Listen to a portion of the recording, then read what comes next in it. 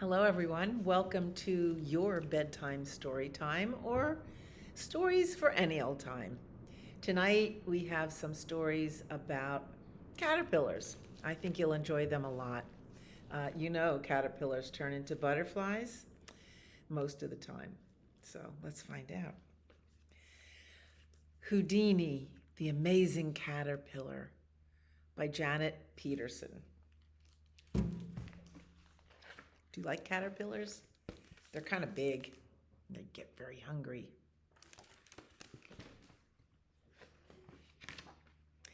Clarion Books, New York. Houdini, the Amazing Caterpillar. Most of life on our planet is amazing, isn't it? You will do amazing and magical things, Houdini, whispered Houdini's mother when he was just a tiny egg nestled upon a bright green leaf. That's what a caterpillar baby looks like. Soon, Houdini grew into a caterpillar with bold stripes, a big smile, and a hearty appetite. And when he suddenly found himself in a new place with many curious faces peering at him, Houdini knew it was finally his moment to do amazing and magical things.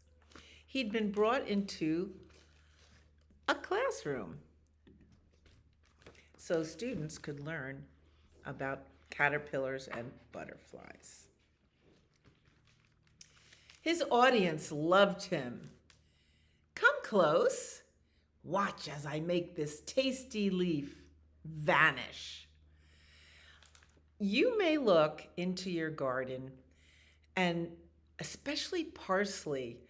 One day you'll see parsley leaves, and maybe you'll see a caterpillar cocoon there or a caterpillar, and the next day the whole thing is stripped bare. That happened to me. I could hardly believe it. Houdini said, "Ta-da!" His audience loved him. And now I will crawl across this high wire stick without falling. His audience made drawings of him, and he's still up there saying, "Ta-da!" He's not going to crawl out of that little cage. Perhaps I look small to you, no bigger than your little finger, but step closer. Watch me grow before your very eyes. His audience brought him fresh leaves so he could do his vanishing act all over again. Ooh, ah, they cried. Houdini smiled his big smile and bowed in appreciation. How he loved being in the spotlight. Ta-da! But gradually, Houdini noticed his audience was becoming interested in other acts. When the turtle arrived, a crowd patiently waited for it to emerge from its shell. Some performance, thought Houdini with a yawn. Then a spider showed up. Houdini couldn't understand what the big deal was, but the audience was as curious as ever. Houdini decided it was time to spice up his performances to make them even more amazing.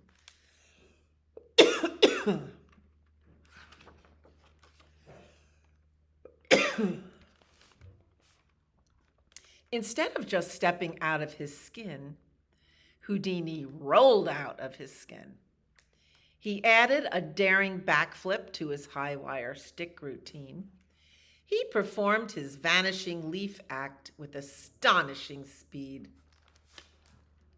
Every now and then, a small audience gathered, but there were no longer the crowds.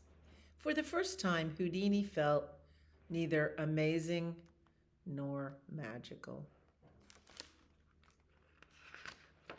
One night, under the light of a full moon, Houdini munched and thought and thought and munched. What could he do to win back his audience? Looking around, he had to admit the turtle's new act showed courage. The classroom plant was a sight to behold. And even though Houdini could spot the thread, the spider's latest trick was quite successful. Then he noticed something else. On the wall before him were colorful drawings. They were bright and bold, and they made Houdini smile. Take a look at those drawings. Stage 1 is an egg. Stage 2 is a caterpillar, looks just like Houdini. Stage 3 is a chrysalis, a little cocoon. And stage 4, we can't see behind the flower. Suddenly, Houdini knew just what his next act would be. It would be his most daring act ever. It would take much concentration and skill, but Houdini felt ready. His audience would not want to miss it. Houdini broke free of his skin one last time. Then he climbed to the very center of the high wire stick and hung, suspended in the air. All that night and all the next day, Houdini held his pose. His audience discovered him. They crowded around him. They made drawings of him.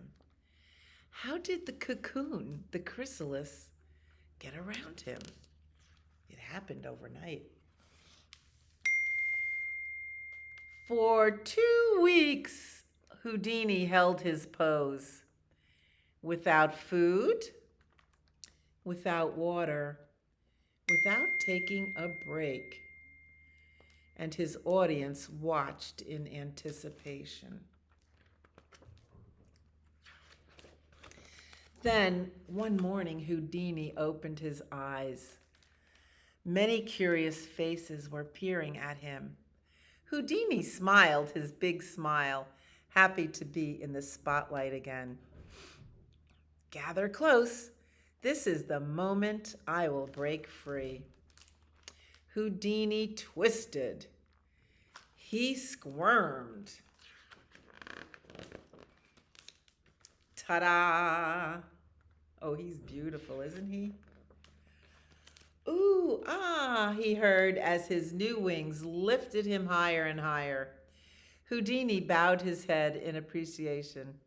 He too was amazed at the magic inside him. Looks like he's meeting some other butterflies in the sky. The end.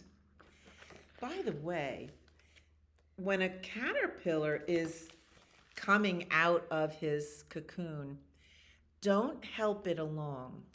Don't take a stick or try to poke it open. The caterpillar needs to struggle. He needs to stretch on his own, or else he won't spread his wings. So I hope you get to see a caterpillar. The end. Houdini, the amazing caterpillar. Love that book. Here's another good one. Caterpillar Dreams by Jeanne Willis and illustrated by Tony Ross.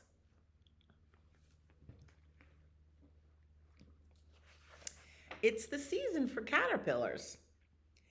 This is published by Anderson Press. There's a moon in the sky. Some kind of a caterpillar, maybe.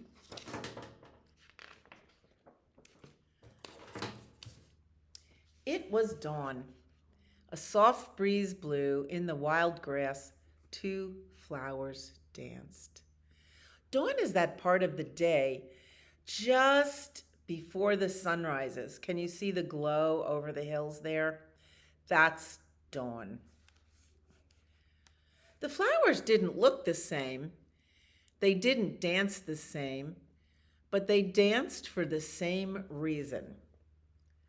Don't you love it when flowers dance in the wind? But these flowers both had a secret. It was hidden in their leaves. The secret would soon be out. Each flower had eggs under the leaves. There's a little ladybug on top of one of the plants. Eggs, mysterious eggs. Not snails, not frogs, caterpillars.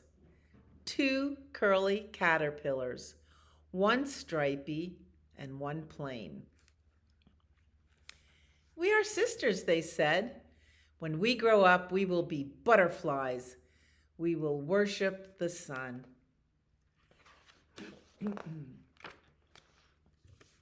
Day by day, they grew.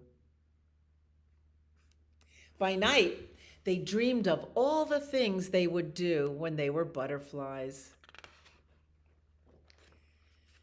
They would wake to the song of the blackbird and fly through skies of forget-me-not blue. There's the blackbird, and there's the two caterpillars imagining themselves as butterflies. They would sip from yellow buttercups, flit through sunbeams, and bathe in gold dust. Have you seen any butterflies this year? I haven't seen them yet. The days grew long. The caterpillars grew longer. It won't be long now, they said. We will be butterflies, beautiful butterflies, sisters under the sun. The bees were leaving. The flowers turned to seed. When the sun sleeps, we will sleep, the caterpillars said. When we awake, our dreams will all come true.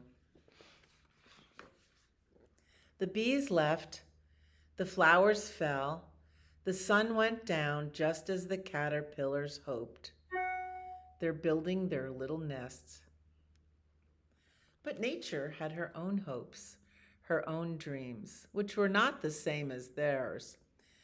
Look at the little caterpillars sleeping on different branches. The sun came up. The first sister awoke. But she was alone. Here she is coming out of her chrysalis with her blue, white, and black wings. And there she is, fluttering in the sunshine. She was alone. She flew through skies of forget-me-not blue. She searched among the sunbeams, but her sister wasn't there. The sun set. A nightingale sang, "Lullaby, butterfly." The butterfly slept. In her dream, she saw her sister. She had woken to the owl. She was worshiping the moon. Soaring through space, skipping through moonbeams, bathing in stardust. Dawn came. Where dark meets day, they met, the butterfly and the moth. One was a moth and one was a butterfly.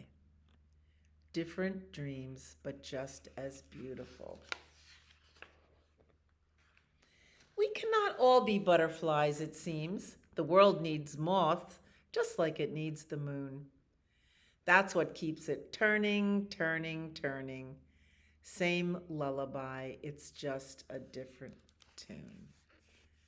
Sweet dreams. There's the moth at your window. Moths come out at night. If you put a light outside in the dark, the moths will come to it. They come to the light. The end. What a beautiful story. I love these stories. I can't wait to see my first butterfly. Thank you for coming to story time today. I have another caterpillar book. This one's called The Caterpillar and the Polliwog by Jack Kent. Do you know what a polywog is? It's a tadpole. Do you know what a tadpole is? It's a baby frog. So in the spring, um, when the baby frogs are born in those little ponds that you find in the woods, they're tadpoles. And you can catch the tadpoles in like a little fishing net and put them in your aquarium and watch them turn into frogs. The caterpillar and the polywog. Isn't this an amazing drawing? So here's the caterpillar with the shadow of a butterfly and the polywog with the shadow of a frog. Published by Prentice Hall in Englewood Cliffs, New Jersey, right here in our own state. Caterpillars aren't like other folks. As ducks and hippopotami and you and I get older, we get bigger, especially hippopotami. But not caterpillars. They turn into butterflies. Wow. Turning into something else like that is not a thing just anybody can do. Do you think you could turn into a butterfly? I'm sure I couldn't. Down by the pond, there lived a caterpillar who was very proud of being different. She bragged about it to her friends. When I grow up, I'm going to turn into something else, she told the snail. That's nice, said the snail, who really didn't care one way or the other. When I grow up, I'm going to turn into something else, she told the turtle. I don't blame you, said the turtle, who didn't much like wiggly things. When I grow up, I'm going to turn into something else, she told the polywog. What fun, said the polywog. What are you going to turn into? But the caterpillar hurried on her way, looking for someone else to tell her secret to. I wish I could turn into something else when I grow up, said the polywog. You will, said the fish. All polywogs do. What am I going to turn into? The polywog asked. But the fish saw a tasty bug and dashed after it. When I grow up, said the caterpillar, who had circled the pond and was going around for the second time. When I grow up, she told the polywog again, I'm going to turn into something else. So am I, said the polywog. You? The caterpillar was so surprised, she almost fell into the pond. The fish said so, the polywog told her. Fish know things. They go to school. The caterpillar was upset. I thought only caterpillars could do it, she said rather sadly. What are we going to turn into? The polywog asked. Well, I'm going to turn into a butterfly, said the caterpillar. Then I guess I will too, said the polywog. What fun, let's do it together. He's so happy he's jumping out of the water. All right, the caterpillar agreed, although she would rather have done it alone. But I get to go first. The polywog didn't mind. He wasn't at all sure how it was done. I'll watch you, he said. So when the time came, the caterpillar started to spin a cocoon. This is the tricky part, she said. Look at her spinning. The polywog watched as the caterpillar spun. Soon only her head was uncovered. Now I have to close the lid, she said, and when I come out, I'll be a butterfly. Go ahead, the polywog said excitedly. I want to see you do it. Well, it will take a while, the caterpillar warned. She started spinning again and was soon out of sight in the cocoon. For a long time, nothing happened, but the polywog was patient. He watched and watched and watched. What's happening to the polywog? He's growing some legs right alongside his tail. Very interesting. True story. For days and days and days he watched, and his legs got longer, and he got larger, and his tail got smaller. At last there was activity in the cocoon. The end of it opened, and very slowly the caterpillar climbed out. Only she wasn't a caterpillar anymore. She was a butterfly, a beautiful yellow butterfly. The polywog was so excited, he hopped up and down with delight. He hopped up and down like a frog. I was so busy watching you, he said, I didn't notice what was happening to me. Where's my tail? You're a very handsome frog, the butterfly said as she flew off to try her new wings. But the frog was puzzled. I thought I was going to be a butterfly, he said. A caterpillar wiggled by. When I grow up, he said proudly to the frog, I'm going to turn into something else. But the frog wasn't listening. Look at him looking at himself in the water. He was admiring his reflection in the water.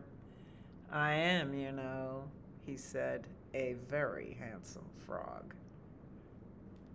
The end. Isn't this a fun story? It's an old story. You may find it in your library, but it's so old the pages are falling apart. So when you borrow this book, be very, very careful. Because when books get old, children's books, they don't make them anymore. So once the manufacturer makes a book, they close down the printing press, and that's the end. And so that's why we must take very good care of our books. So that was good, and I have one more story for you. Not about a caterpillar, about a cloud. This is called Lizzy and the Cloud by the Fan Brothers. The Fan Brothers are very famous for writing books and illustrating them. And their names are Terry and Eric Fan, the Fan Brothers. I like this book. Lizzy and the Cloud, published by Simon & Schuster, Books for Young Readers. Look, she's holding the cloud like a balloon. It's pretty funny. It was Saturday. Every Saturday, Lizzy went for a walk with her parents. She's putting on her yellow galoshes. If you live in England, they call them wellies. Do you have a pair of wellies?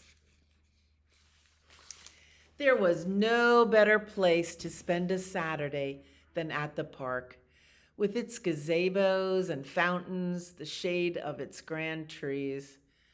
Ooh, there's a carousel. There's the fountain. Lizzy ran straight for the cloud cellar. That must be the cloud cellar right there. Well, didn't you ever see clouds that look like things? Maybe they look like a bird or an elephant or an angel. I've seen clouds that look like an angel. Most people were in a rush to get to the new carousel or the puppet show. Clouds were a bit out of fashion these days, but not to Lizzy. Here's the cloud cellar. He's got an umbrella hat on his head because what do clouds do? They rain. The clouds bobbed gently up and down with every breath of wind. Some were puffy and round. Others were wispy and almost not there. There was a parrot, a rabbit, a fish, and an elephant. Somebody took a spider. Oh no, that's an octopus, right?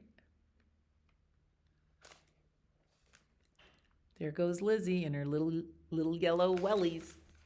That's hard to say, yellow wellies. But Lizzy wanted an ordinary cloud. She gave her money to the cloud man, and she picked an ordinary cloud.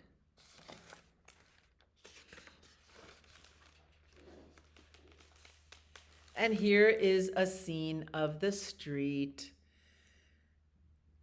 And there's Lizzy walking home with her little cloud.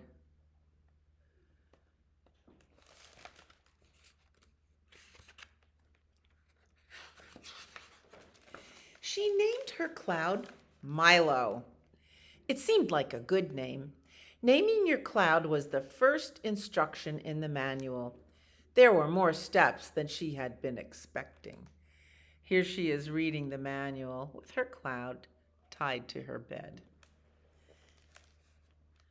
Caring for your cloud, the manual. Congratulations on the purchase of your new cloud. Instructions for a happy and healthy cloud include naming your cloud. Water your cloud daily using only fresh, clean water. Failure to do so may result in your cloud evaporating into thin air. However, avoid overwatering as this may result in downpours. Rainfall can be unpredictable. Always place a bucket under your cloud as a precaution, especially when your cloud is young. Clouds are sensitive and sometimes moody.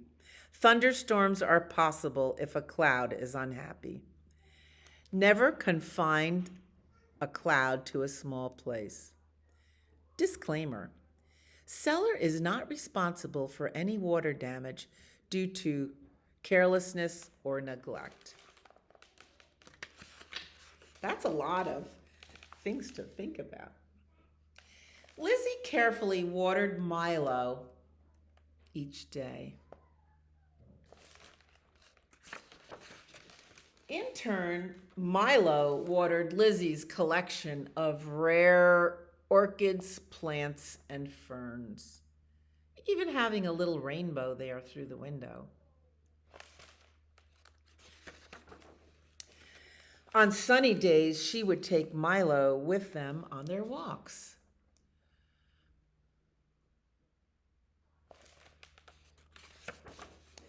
But he seemed to like rainy days most of all.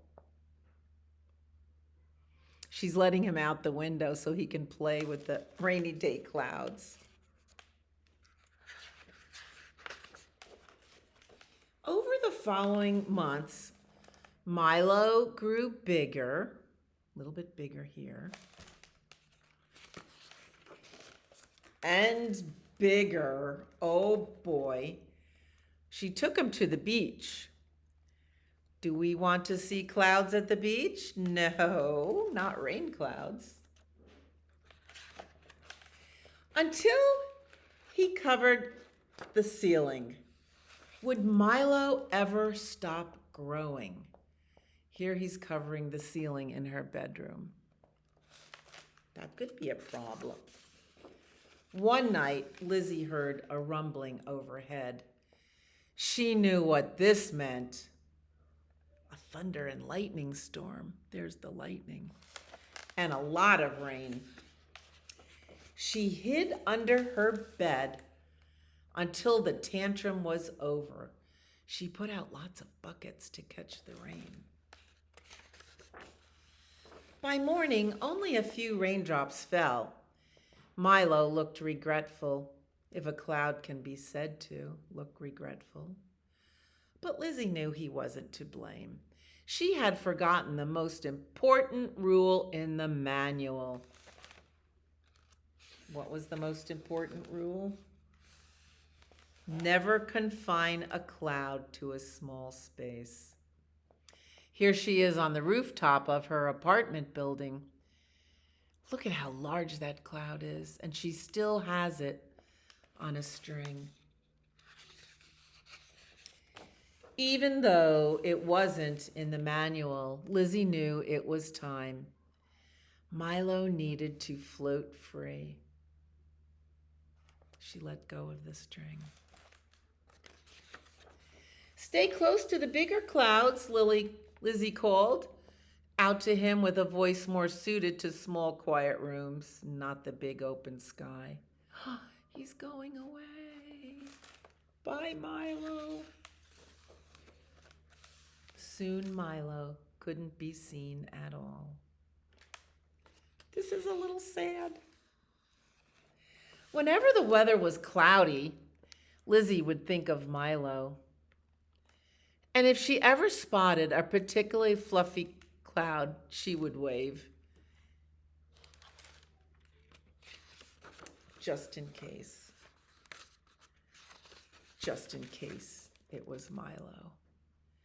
I think that's Milo. Right there. The end. Isn't that a beautiful story? Ah. Thank you for joining me today. And I hope you'll see me next time. Subscribe to our YouTube channel and just scroll through and pick out any stories that you like. Bye.